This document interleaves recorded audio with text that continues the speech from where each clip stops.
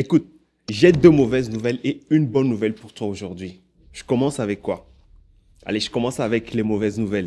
Première mauvaise nouvelle. D'après une étude de Microsoft, notre capacité d'attention est passée de 12 secondes à 8 secondes en moins de 15 ans. Et avec l'explosion des réseaux sociaux, cette situation s'est grandement dégradée. Alors si tu arrives à te concentrer sur cette vidéo jusqu'à la fin, tu es déjà meilleur que la plupart des gens.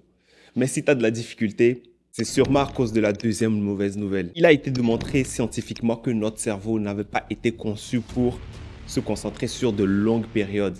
Il a été plutôt conçu pour assurer notre survie. Et pour ça, notre cerveau est naturellement en train de chercher de nouvelles informations tout le temps et chercher de nouvelles menaces. Donc si tu n'arrives pas à te concentrer, c'est sûrement ça la cause. Je me rappelle encore de ces journées que je passais devant mon bureau à tourner en rond comme un rat sans pouvoir me concentrer.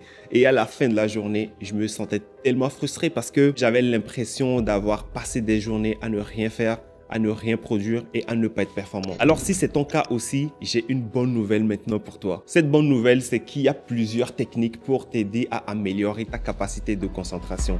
Et aujourd'hui, je vais te donner 5 techniques scientifiquement prouvées pour t'aider à te concentrer au moins 2 heures de temps. Et je te promets qu'en appliquant ces techniques-là, tu auras un grand avantage sur 99,9% des gens. Alors si c'est ton objectif, prends un stylo et un papier, commençons.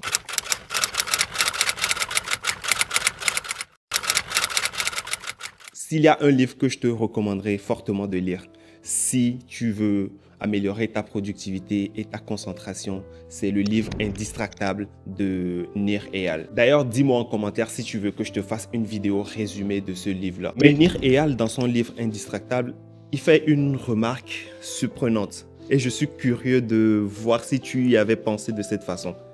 Il dit, le mot distraction peut être décomposé en deux temps. On a 10 et on a traction.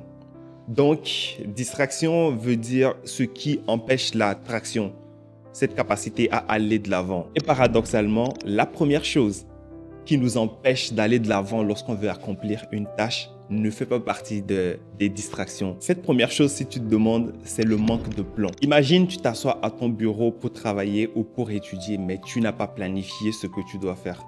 Évidemment, ton cerveau va errer à chercher sur quoi se concentrer ou sur quoi travailler. Donc, la première chose à faire, c'est d'avoir un plan, c'est de planifier sa session et d'avoir 2 à 3 objectifs bien écrits sur lesquels tu vas travailler. Un autre livre qui m'a beaucoup aidé, c'est Hyper Focus de Chris Bailey. Et ce qu'il dit, c'est que nous sommes fortement influençables et influencés par notre environnement. Pour appuyer cette affirmation, il s'appuie sur une étude qui a observé le comportement des clients d'un café. Alors, il y avait 2 types de clients. Il y avait des clients qui arrivaient et qui discutaient entre eux normalement. Et il y avait d'autres types de clients qui arrivaient et qui sortaient leur téléphone qu'ils posaient sur la table. Alors, ce que l'étude a découvert, c'est que les clients qui déposaient leur téléphone sur la table étaient fortement déconcentrés. Ils se retrouvaient à regarder leur téléphone à chaque 5 minutes, même si le téléphone ne sonnait pas. Le seul fait d'avoir leur téléphone sur la table suffisait à détourner leur attention de leur interlocuteur. Donc, c'est super important d'enlever tous les objets inutiles de notre espace de travail, de notre environnement de travail, pour ne pas se retrouver déconcentré. Et le premier objet à surtout ne pas garder à côté, c'est évidemment le téléphone, parce que c'est de là que vient 99% de nos distractions. Il faut avoir un bureau minimaliste et personnellement, je suis le premier à avoir du mal avec ça. Je passe ma vie à collectionner des choses inutiles tout le temps qui se retrouvent sur mon bureau. Alors, ce que j'ai fait pour pouvoir respecter cette technique, c'est que j'ai créé une petite checklist de pré-concentration que j'utilise. Donc, à chaque fois que je veux me concentrer, je sors ma checklist et je m'assure que j'ai fait tout ce que je dois faire pour pouvoir bien me concentrer. Si ça t'intéresse, je vais mettre cette checklist-là dans la description de cette vidéo et tu pourras l'utiliser aussi gratuitement. Mais attention, il n'y a pas que les distractions externes qui causent des problèmes à notre capacité de concentration. Dans son livre Indistractable de Nir Eyal, ce qu'il dit et qui m'a beaucoup surpris parce que je n'avais pas pensé à ça, c'est que souvent, on se concentre sur les distractions externes. Et pourtant, il y a d'autres types de distractions qui sont beaucoup plus dangereuses.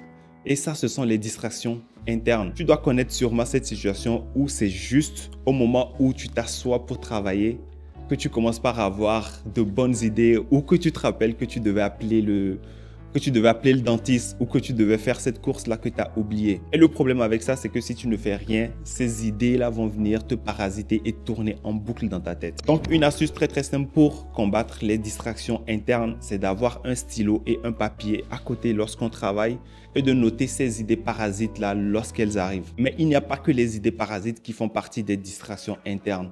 Il y a aussi nos émotions. Tu sais, cette peur-là que tu peux avoir de ne pas bien faire les choses et qui t'empêche finalement d'avancer, ça fait partie aussi des distractions internes. Et il faut pouvoir sortir ces distractions internes-là, les noter sur papier pour libérer son esprit. Mais maintenant, pour pouvoir détecter ces distractions internes-là et les sortir, il faut être conscient, il faut être extrêmement alerte pour pouvoir les détecter.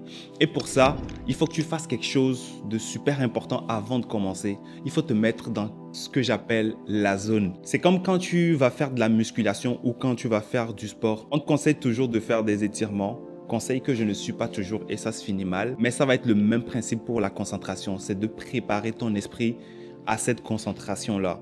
Et pour ça, je te conseille de faire 5 minutes minimum de méditation. Et si tu n'es pas familier avec la méditation, je te conseille des applications de méditation guidée comme Petit Bambou. Je te promets, ces 5 minutes-là vont te permettre de te retrouver dans une zone extrêmement favorable à la concentration. Et une fois que tu es dans cette zone, tout le reste devient facile. Parlant de ça, est-ce que tu es toujours dans la zone concentrée avec moi sur cette vidéo ou je t'ai déjà perdu dans les abîmes de tes pensées? Si tu es toujours là, je te félicite parce que tu viens de faire quelque chose de rare de nos jours. Bravo, tu es sur la bonne voie. Avant de te laisser, je veux qu'on parle maintenant de musique. Mais pas comme tu le penses. Je ne te ferai pas de recommandations de musique rap ou d'afrobeat, mais je veux te conseiller des musiques qui vont te permettre de te concentrer. La musique peut jouer un rôle important parce qu'il peut venir occuper une partie de ton cerveau et te permettre de rester concentré plus facilement. Mais il ne faut pas utiliser n'importe quel type de musique. D'abord, il faut bannir les musiques avec les paroles parce que ça va avoir l'effet contraire et venir plutôt te distraire avec les paroles que tu vas écouter. Mais il faut absolument choisir des musiques avec une fréquence douce. Et pour ça, le type de musique que je peux te conseiller, c'est la musique classique ou la musique de bruit de nature comme les bruits de pluie, les bruits de vagues ou les feux de bois. Moi, je ne jure que par ça. Il y a également sur YouTube plusieurs types de musique conçu spécialement pour être compatible avec la fréquence de notre cerveau. Et si je ne dis pas n'importe quoi, je pense que c'est 40 Hz. Je vais te recommander les meilleurs que j'utilise dans la description de cette vidéo et tu pourras aussi les utiliser. Je te promets, ça va te changer la vie. Voilà, tu as tout ce qu'il te faut pour rester concentré le plus longtemps possible et avoir des journées ultra productives. Si tu as aimé cette vidéo et qu'elle t'a apporté de la valeur, je t'invite à la liker et à t'abonner pour ne pas rater les prochaines vidéos qui vont te permettre de rester concentré. Parce que sans concentration, on ne peut rien accomplir. Avant de te laisser, je t'invite à regarder aussi cette vidéo où j'explique comment j'ai vaincu mon addiction au smartphone. Je te retrouve là-bas. Ciao.